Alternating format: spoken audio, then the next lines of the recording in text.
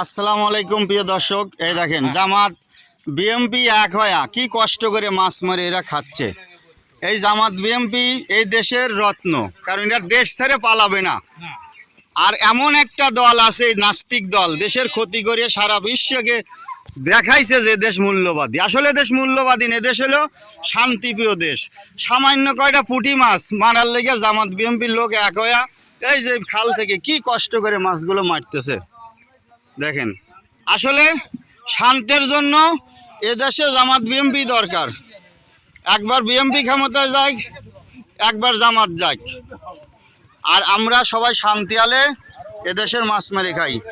এই যে কোটি কোটি মাছ, তারপরেও এরা শান্তি করে মারে খাচ্ছে, কারণ এদের মিল বেশি।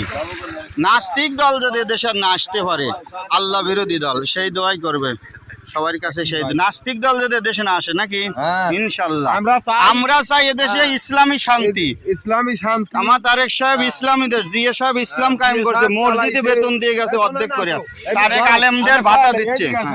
বলো বলো। আমরা চাই দিয়ে সরকারের আদর্শে যেমন মানে খালেদা দিয়ে যেমন দেশ চালাই, সুবহানাল্লাহ, আর তার ছেলেও যেন ওইভাবেই জিয়া এবং খালেদা জিয়ার মতোই দেশ চালায়, আলহামদুলিল্লাহ।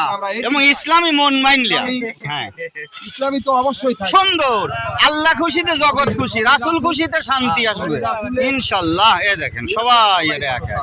আসসালামু আলাইকুম, আমিন।